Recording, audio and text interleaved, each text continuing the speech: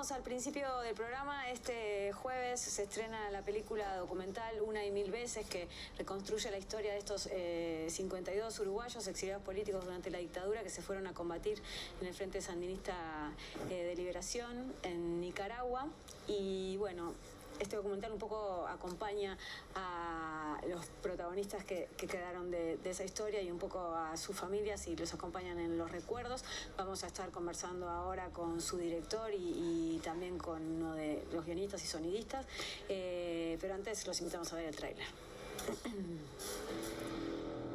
Y sí, yo creo que habría que hacer algo que cuente la historia del internacionalismo uruguayo en la revolución sandinista.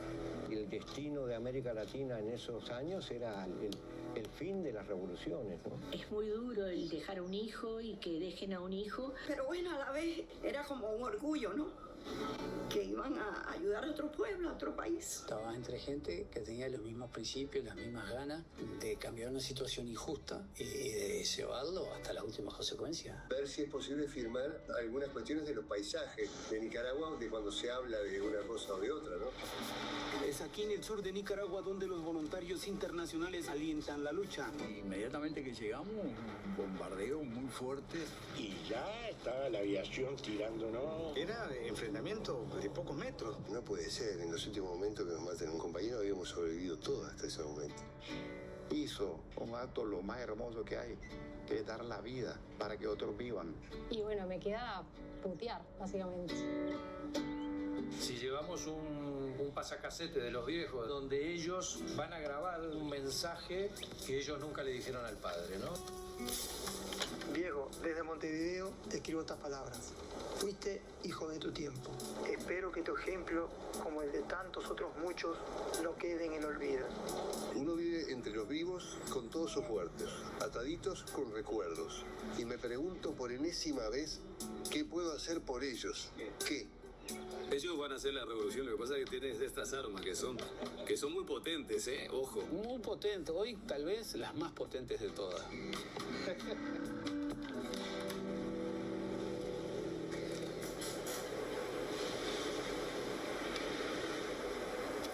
Y ya estamos con su director, Ernesto Fontani, y con uno de los guionistas, sonidistas, cámara, etcétera, Marcos Coria. Muchas gracias a los dos por estar hoy acá. Gracias a ustedes. Un aplauso por la invitación. Recibimos a todas las invitados, bienvenidos. Muchas gracias. Bueno, gran laburo, sí. Qué belleza. Cuenten un poco cómo los encontró esta historia, ¿no? Ustedes estaban en otra que un poco tiene que ver. Sí, tal como decís vos, nos encontró la película, porque en el año 2022 yo estaba girando por Europa con nuestra peli anterior, que también hicimos con prácticamente el mismo equipo argentino técnico, que la peli anterior se llama Tarará, la historia de Chernobyl en Cuba, y cuenta también una historia de solidaridad de la revolución cubana con los chicos afectados por el accidente nuclear de Chernobyl. Y estando en Cataluña, en una de esas proyecciones, en el público había un uruguayo que vio la película, se emocionó mucho y me abordó cuando yo estaba saliendo del cine. Me dijo: Ernesto, me encantó la película que hiciste, y estamos con mis compañeros de Uruguay ideando un proyecto que no sabemos cómo hacerlo, pues no somos cineastas, nunca hicimos cine, pero tenemos la necesidad de contar una historia que para nosotros es muy importante, y es de este grupo de uruguayos que combatieron en la revolución sandinista del año 79. Entonces nada, ahí José Enrique Pomer, que este uruguayo exiliado que vive en Cataluña, junto con otro compañero, Federico Trias, también hicimos una pequeña reunión en ese viaje que yo estaba con otro proyecto, y me encantó la idea, me encantó esta cosa de poder contar una historia no contada, de llevar a un audiovisual algo que vale la pena, porque para nosotros la memoria histórica de los pueblos latinoamericanos es muy importante. Y bueno, ahí yo me metí de lleno y dije, bueno, esta es la próxima peli que le quiero poner la energía y las ganas. Y ahí, a la vuelta a la Argentina, ya empezamos a hablar con mis amigos con los que hacemos cine, que también son militantes políticos y siempre están involucrados en películas con contenido social, así que se sumaron prácticamente sin pensarlo, por suerte, y ahí arrancó la historia. ¿Y ustedes no conocían, no tenían ni idea de que esto había pasado cuando ¿qué les pareció? No, de alguna manera también por cierto acercamiento a la militancia y el activismo, como que el proceso de solidaridad de los las organizaciones de izquierda en Latinoamérica, por ahí enlaces que había con Chile, Argentina, Bolivia, Uruguay, conocíamos de ciertas experiencias de núcleos que se organizaron para diferentes procesos revolucionarios, pero específicamente de este grupo de uruguayos que habían participado y que había sido como protagonista de este proceso de Nicaragua, no lo teníamos, y como por lo menos yo no conocía de ese proceso, y cuando nos lo cuenta primero Ernesto a nosotros, como bueno, vamos por ahí, porque además también veníamos con esta experiencia de Tarará muy reciente, en donde fuimos a Cuba y también conocimos algunas experiencias que también tienen que ver con la solidaridad entre pueblos latinoamericanos, y bueno, era como también una especie de continuidad de eso que veníamos trabajando. Sí. ¿Cómo fueron organizando el material de archivo y también las entrevistas? En un momento de la película, creo que uno de ellos mismos dice, cada historia en realidad podría ser una película en sí misma. Y nada, bueno, ¿cómo ordenaron lo que les interesaba contar? Hay muchas aristas, está la historia en sí, los viajes, las familias, ¿cómo se organizaron? Previo a ese encuentro que les contaba antes de este uruguayo que me conocí allá en Cataluña, ellos ya venían haciendo una pequeña investigación de forma bastante amateur, porque no tenían conocimientos técnicos para grabar entrevistas o para llevar a una película lo que tenían ganas de hacer. Hasta pensaron en hacer un libro, pero tenían ganas de contar la historia.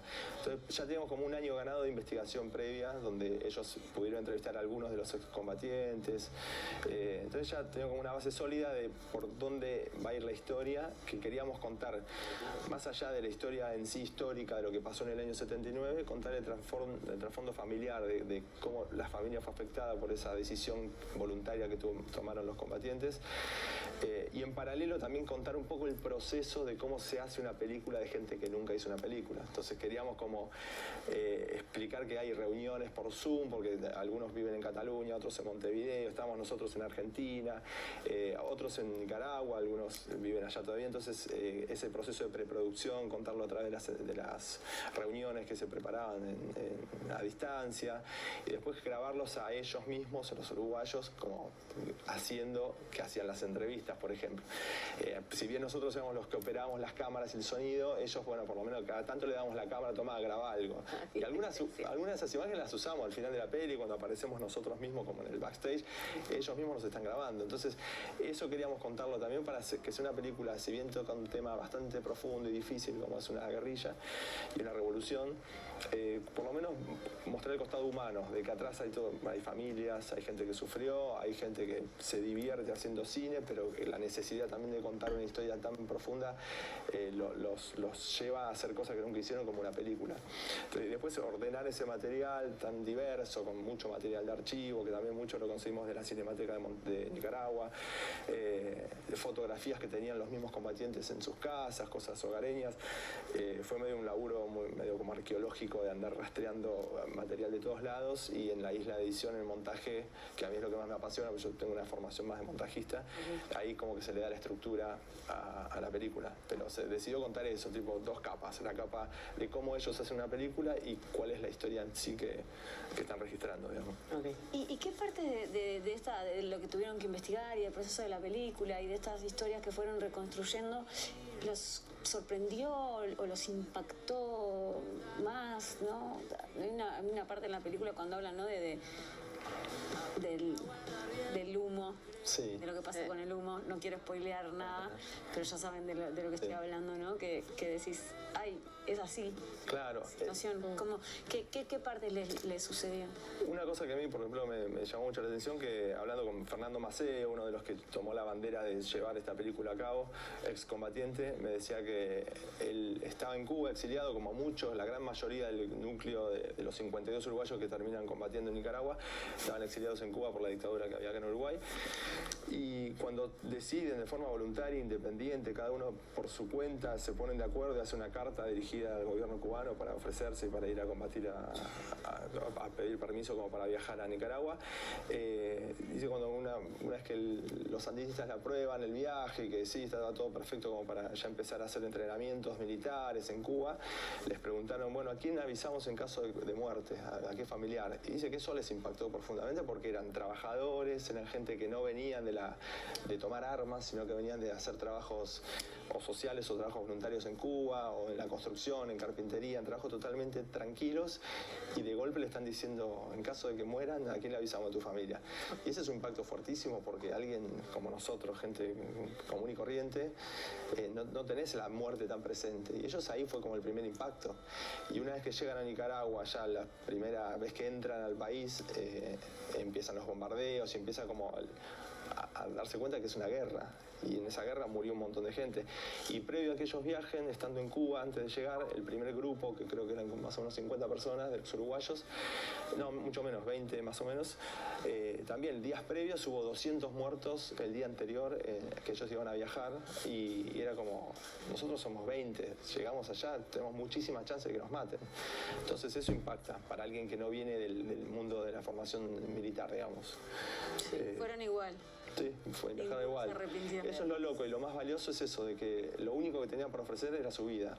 Y lo hicieron por un pueblo hermano, no ni siquiera era por Uruguay, lo hicieron por un pueblo alejado, de una tierra distante de su patria, y sin embargo dieron lo poco que tenían, que era su vida.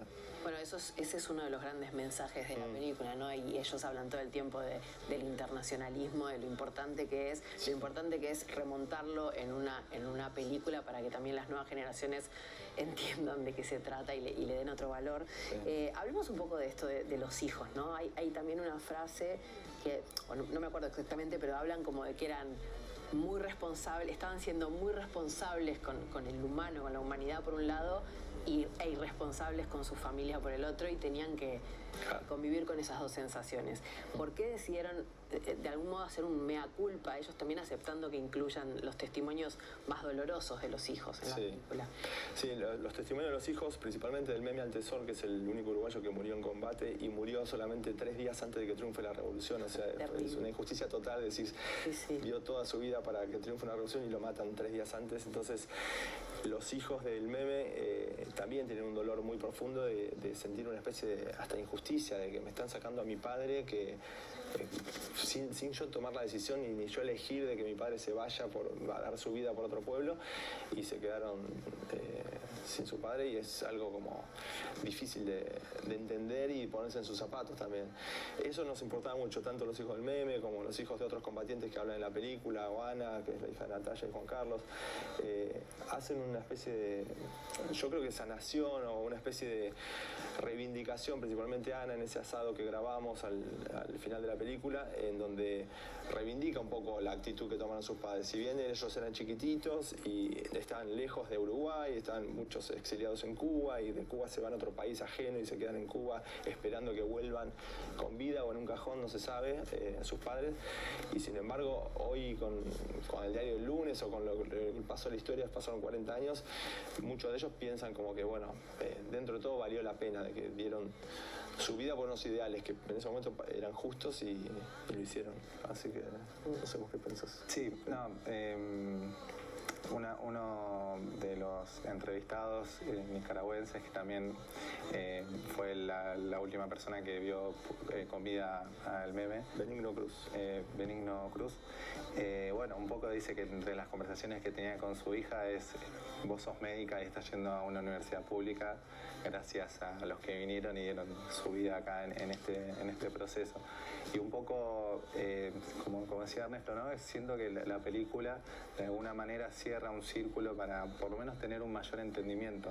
No decimos sanar, ni tampoco que de un día para otro no deje de doler esa pérdida, pero entender por qué o de qué contexto viene ese impulso de ser parte de ese momento tan particular y un contexto tan diferente al que vivimos ahora, que de alguna manera acercarse a diferentes voces, a diferentes perspectivas, sea por lo que sea que se vivía en ese momento, esa subjetividad, decidió salir y ser parte de eso que es también comunitario, y que eso también es pensar como de dónde venimos y de la identidad, que no solo se reduce a la familia, mamá, papá, 3 hijos, mi casa, mi lugar, sino que también la comunidad es como el más allá de las puertas, el espacio que habitamos, el espacio en que queremos estar de una forma más amable, más amorosa. De alguna manera estas personas fueron parte de esto también por cuidar a su familia, de su entorno, ¿no? Y entender por ahí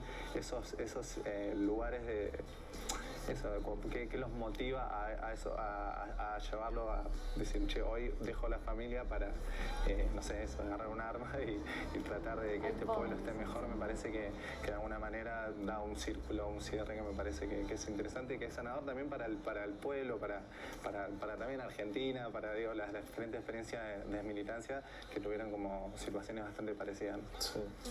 Que lamentablemente se nos va el tiempo porque tendríamos mil preguntas para hacerle.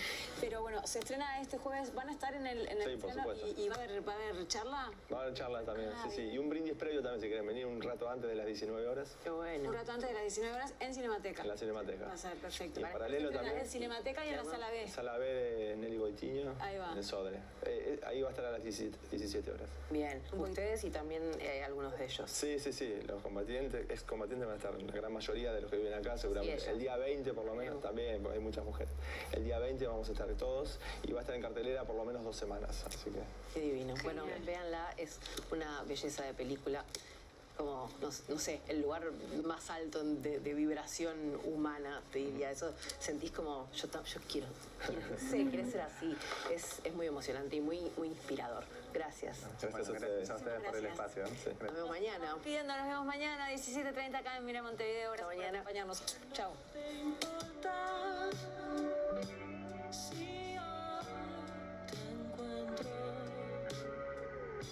Quizás fue demasiado.